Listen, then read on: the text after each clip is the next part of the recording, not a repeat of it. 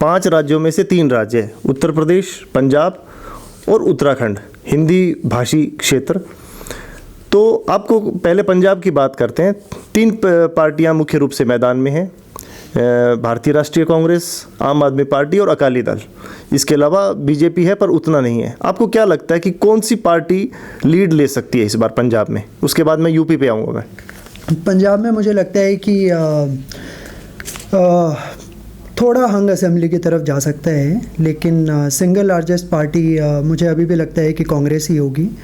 और देखना ये होगा कि दलित वोटर्स जो हैं, जो लगभग 32% है पूरे पंजाब के, वो चन्नी को कितना बैक करते हैं। तो अगर वो कंसोलिडेट कर पाते हैं उन वोटर्स को, तो मुझे लगता है कि सिंगल लार्जेस्ट पार्टी अभी भी कांग्रेस ही होगी। और उसके बाद कंपेयर टू 2017 आम आदमी पार्टी भी बहुत अच्छा परफॉर्म करेगी। और मुझे लगता है कि बहुत सरप्राइजिंग नहीं होगा अगर आम आदमी पार्टी सिंगल लार्जेस्ट पार्टी आपको लास्ट में नज़र आए। बट मुझे अभी भी लगता है कि इट विल बी कांग्रेस। और इसके बाद मुझे नहीं लगता है कि साद अपने आप में एक बहुत अच्छी पोजीशन पे है अभी। साद और बीएसपी ने गठबंधन किया है। इसके अलावा अमरिंदर सिंह की पार्टी है जिसके साथ बीजेपी है। मुझे नहीं लगता है कि वो डैमेज ज़रूर कर सकते हैं किसी ना किसी तरीके से कांग्रेस को।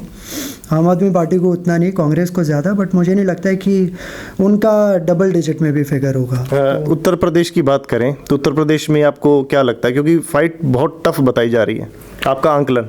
मुझे लगता है कि fight as of now tough तो है, और लेकिन नेक एंड नेक नहीं होगा। अभी भी मैं एज भारतीय जनता पार्टी को दूंगा।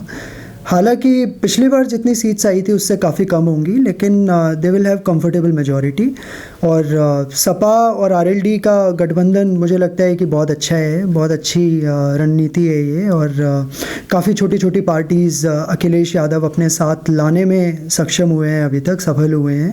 और ये सभी पार्टीज़ जो हैं वो कहीं ना कहीं लोअर ओबीसीज़ को, जिसका जिक्र मैंने थोड़ी देर पहले भी किया था, कि लोअर ओबीसीज़ को वो चाहते हैं कि यादव के अलावा जो बाकी ओबीसीज़ हैं वो भी उनकी तरफ आ जाएं। तो it will be interesting fight. But मुझे लगता है कि बीजेपी के पास अभी भी एज है। और 150 से 160 के बीच में जो है, मुझे लगता है कि सपा भी बहुत अच्छा परफॉर्म करेगी, यानी कि पिछली बार से बहुत ज़्यादा। लेकिन अभी भी 7 फेजेस में इलेक्शन है। हालांकि अच्छा होता है कि अगर वो फेजेस कम होते तो, क्योंकि जितना लंबा फेज़ होता है उतना ही ज़्यादा कहीं ना कहीं मैनिपुलेट करने का, उस पर इम्पैक्ट करने का मुझे लगता है चांस ज़्यादा होता है। तो इलेक्शन कमीशन ऑफ इंडिया को कोशिश करनी चाहिए कि वो कम से कम फेजेस में इलेक्शंस ख़त्म कराएं। जो जिस तरीके के जो वो रूल्स लेके आते हैं कि आप इसको बैन कर रहे हैं आप, तो आपको इतना ही लंबे टाइम तक निगरानी रखनी होगी। आपको 7 फेजेस तक ये ध्यान रखना होगा कि कोई इस तरीके की इन्फॉर्मेशन तो नहीं दे रहा है पब्लिक में। तो थोड़ा सा उनको, अगर वो छोटे सर्वेज रखेंगे, छोटे इलेक्शंस रखेंगे कम दिनों में, 2 या 3 फेजेस में भी अगर वो ख़त्म कर पाते हैं, तो मुझे लगता है कि इलेक्शन कमीशन ऑफ इंडिया के लिए वो बहुत अच्छा है। अंतिम जो बात करेंगे, उत्तराखंड पहाड़ी राज्य, इसमें आपको क्या लगता है संक्षेप में? इसमें अगेन नेक एंड नेक है। मैं बिल्कुल नहीं बता पाऊंगा आपको कि इसमें कांग्रेस ऊपर है या भाजपा ऊपर है।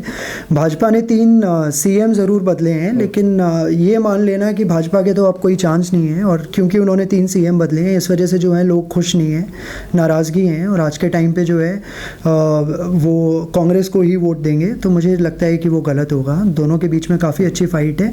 और बहुत जो क्रूशियल है, मुझे लगता है कि वो ना, आप किस तरीके से कौन सी सीट पे आप कौन सा कैंडिडेट उतारते हैं, वो सिलेक्शन बहुत ज़रूरी है। और वो बीजेपी से कहीं ज़्यादा कांग्रेस के लिए ज़रूरी है। तो कहीं ना कहीं मुझे लगता है कि वो जो कुछ प्रतिशत का जो डिफरेंस है ना, वो इस वजह से भी हो सकता है कि जब आपने सही कैंडिडेट को अगर टिकट नहीं दी, तो कहीं ना कहीं वो डिसीजन जो है इट कैन कॉस्ट यू। और कांग्रेस थोड़ा सा डिफेंसिव पोजीशन पे आ जाएगी, या ऑलरेडी है। जब आपको पता है कि जब आप नेशन वाइड इतना अच्छा नहीं परफॉर्म कर रहे हैं, तो किसी वजह से आप थोड़ा सा डिफेंसिव हो जाते हैं। तो ऐसे टाइम पे जितने भी कैंडिडेट्स हैं या जो प्रत्याशी हैं जिनको टिकट चाहिए, तो उनकी बार्गेनिंग पावर बढ़ जाती है। They start blackmailing these parties. तो कांग्रेस के लिए मुझे लगता है कि ये बहुत बड़ा डिसएडवांटेज है। सर, हमसे बात करने के लिए बहुत बहुत शुक्रिया। और आपने जो इन 3 राज्यों की बात की, तो नतीजों के बाद आपसे फिर हम मुलाकात करें। बहुत बहुत धन्यवाद आपका।